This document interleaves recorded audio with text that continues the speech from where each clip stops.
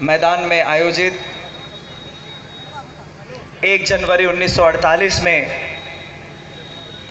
शहीद हुए उन तमाम शहीदों के याद करने के इस ऐतिहासिक कार्यक्रम में आज इस मंच पर उपस्थित हमारी प्रिय पार्टी के केंद्रीय अध्यक्ष, हम सभी के अभिभावक श्रद्धेय शिबू सोरेन जी, पार्टी के केंद्रीय उपाध्यक्ष श्रद्धेय चंपाई सोरेन जी, आपके लोकप्रिय जननेता, जायंट किलर विधायक दशरथ गागराई जी, चक्रधरपुर के प्रिय विधायक और हमारे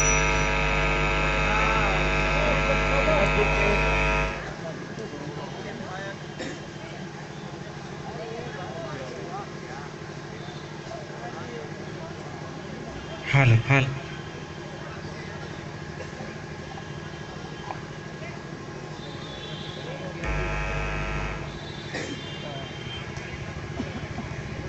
चक्रधरपुर के लोकप्रिय विधायक और विधानसभा में हम सभी के मामा शशिभूषण सामर जी, चाईबासा के लोकप्रिय विधायक बड़े भाई दीपक बिरुआ जी, तोरपा के क्रांतिकारी विधायक पुलिस सोरेन जी, पार्टी के केंद्रीय महासचिव सुप्रियो भट्टाचार्य जी, विनोद पांडे जी, आयोजन समिति के केंद्रीय अध्यक्ष, सचिव और जो सभी सामाजिक संगठन आज इस कार्यक्रम में सहभागिता कर रहे हैं, उनके सभी सम्मानित पदाधिकारीगण और हजारों लाखों की संख्या में जो आज इस झारखंड विरोधी सरकार के खिलाफ उलगुलान फूंकने के लिए जो हजारों लाखों की संख्या में यहाँ पर आप लोग आज जुटे हैं।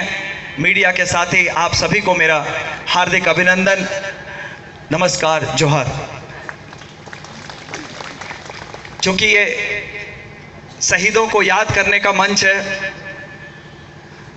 और आज इसी मैदान के पास में आज शहीद केरो मुंडा का चौक का उद्घाटन सहित सभी समारोह जो यहाँ पर आयोजित हुए हैं और कुछ देर पहले यहाँ जिस राज्य के उस मुख्यमंत्री ने जिसने आज हमारी अस्मिता पर सबसे बड़ी चोट की है, अपने बहुमत के घमंड में जिस तरह का विरोध प्रदर्शन उनके खिलाफ किया गया है, इस ऐतिहासिक क्षण में, इस ऐतिहासिक शाम में मैं आप सभी को आभार व्यक्त करते हुए अपनी वाणी को शुरू करने का प्रयास करता हूं।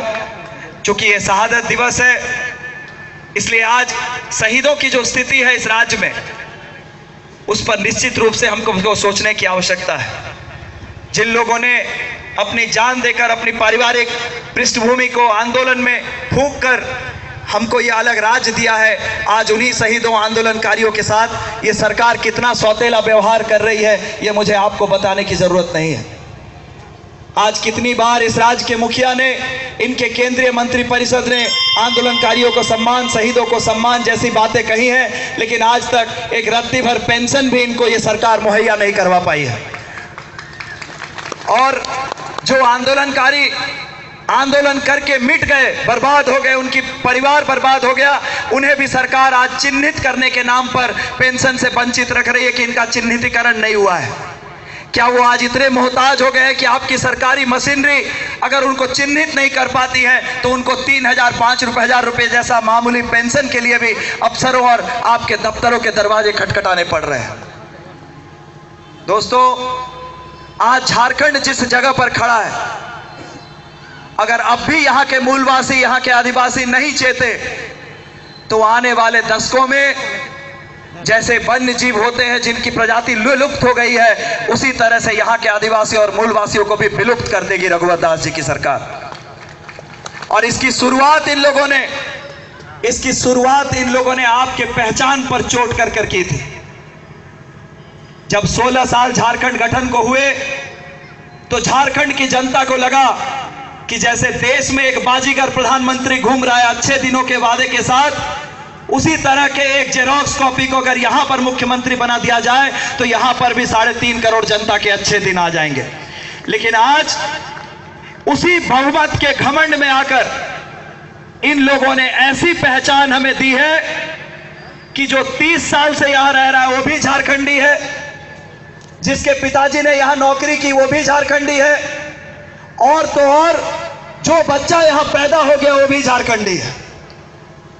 खुदा ना खास्ता अगर कल कोई ट्रेन झारखंड से गुजर रही हो और कोई गर्भवती महिला उसमें सवार हो और बच्चे को पैदा कर दे झारखंड की सीमा के अंदर, तो वो भी झारखंडी हो जाए। दोस्तों, ये विचित्र स्थिति है।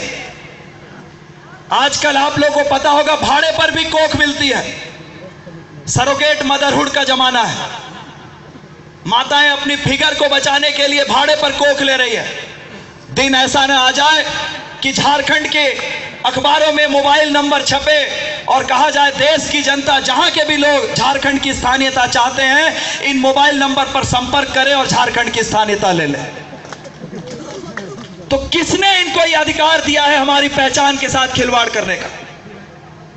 और जब हम सबसे प्रमुख विपक्षी दल होने के नाते सदन में इन बातों को रखते हैं, सदन की प्रक्रिया को बाधित करते हैं, तो हम पर आरोप लगाया जाता है कि ये विकास के विरोधी हैं। राज्य सरकार विकास कर रही है, विकास नहीं करने देना चाहती। क्या आप लोगों ने दशरथ गगराई जी को इसलिए विधायक बनाया है कि आपके आरियो सड़कें और आपके पुल पुलिया बनाकर ये घर पर बैठ जाए, और एक ऐसी नीति राज्य सरकार सदन में ला रही हो जिससे यहां के आदिवासी मूलवासी का अस्तित्व समाप्त हो जाए? तो क्या ऐसी नीति के खिलाफ दशरथ गगराई को विधानसभा में प्रदर्शन नहीं करना चाहिए? क्या हम लोग सिर्फ इसलिए विधायक बने हैं कि अपने क्षेत्र की पुल पुलिया और सड़क बनवाएं और तालाबों का जीर्णोद्धार कराएं? और जब सरकार बहुमत के घमंड में आकर हमारी जमीन, हमारी नौकरी के साथ, हमारे आने वाली पीढ़ियों के भविष्य के साथ खिलवाड़ कर रही हो, तो हम चुपचाप बैठकर तमाशा देखते रहे? तो जब हम विधानसभा में इसका विरोध करते हैं तो राज्य सरकार कहती है कि हमें नौकरी देनी है, इसलिए हम स्थानीयता नीति को परिभाषित कर रहे हैं। किनके लिए नौकरी दे रही है सरकार? क्या कल खरसवा के ब्लॉक दफ्तर में जो झाड़ू लगाएगा वो भी पटना और दिल्ली से आकर लगाएगा? क्या कल खरसवा के ब्लॉक दफ्तर में जो दरवाजा ताला बंद करेगा वो भी अहमदाबाद और मुंबई से आकर करेगा? क्या यहां के तृतीय चतुर्थ वर्ग की नौकरियों में यहां के मूलवासियों, यहां के आदिवासी और विशेष करके यहां के खतियानदारियों के लिए यह आरक्षित नहीं होनी चाहिए?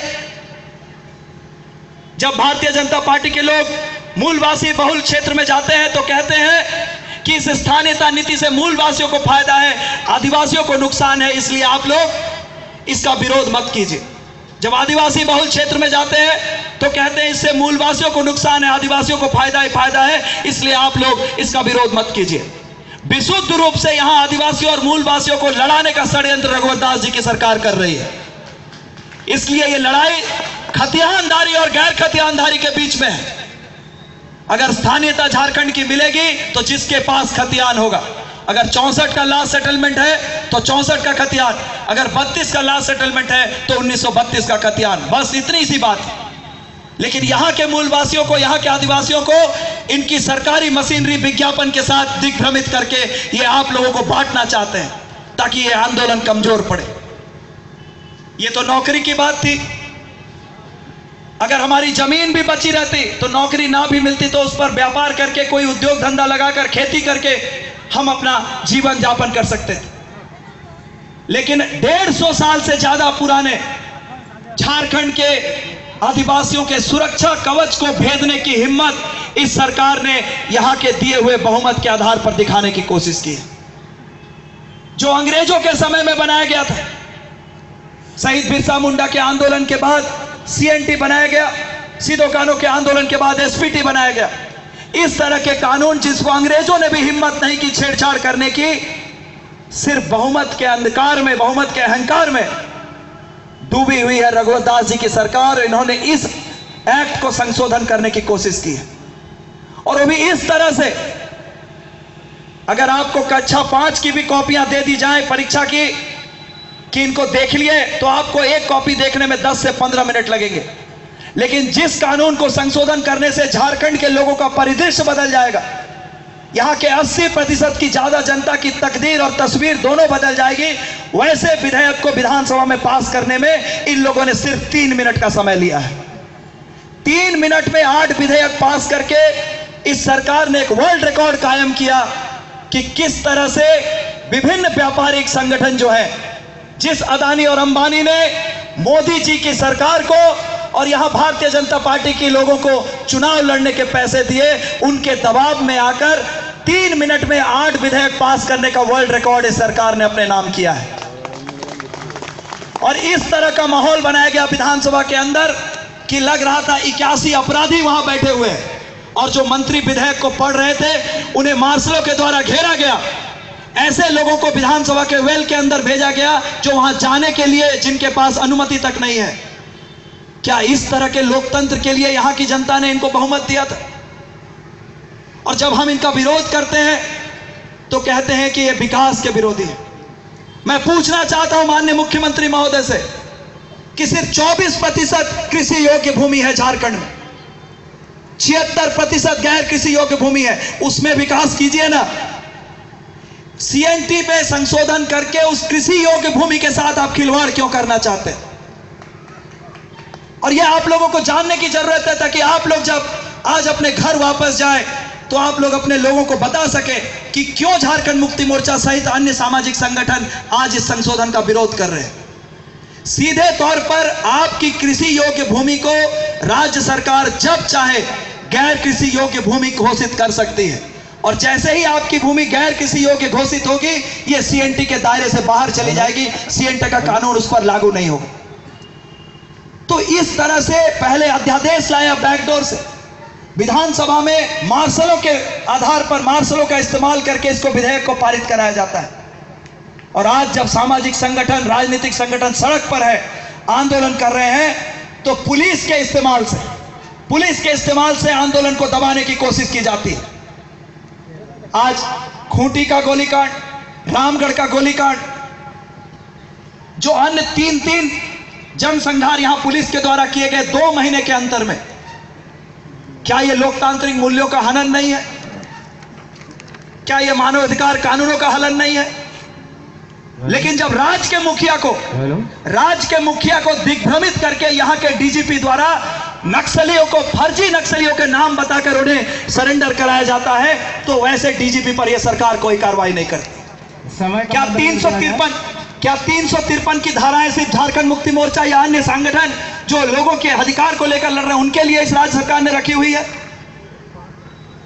तो इसलिए दोस्तों, आज जो ये उलगुलान हुआ है, इसे आज हमें शपथ ग्रहण के रूप में लेना है कि आने वाले 1 जनवरी 2020 को जब झारखंड के विधानसभा के चुनाव की घोषणा भी हो चुकी होगी, उनके परिणामों की, तो हम एक ऐसी सरकार बनाएं जो यहाँ के आदिवासी और मूलवासियों के अधिकारों की रक्षा कर सके, और इन सभी कानूनों को हम फिर से विधानसभा में लाकर इन्हें परिवर्तित कर सकें। यही ताकत और आशीर्वाद की उम्मीद आप लोगों से करता हूं, ताकि आने वाले दिनों में उन सपनों का झारखंड हम बना सके। इन्हीं चंद शब्दों के साथ आप सबको फिर से धन्यवाद देते हुए, आने वाले मकर संक्रांति की शुभकामनाएं देते हुए अपना वक्तव्य समाप्त करता हूँ। जय झारखंड, वंदे मातरम, जोहार।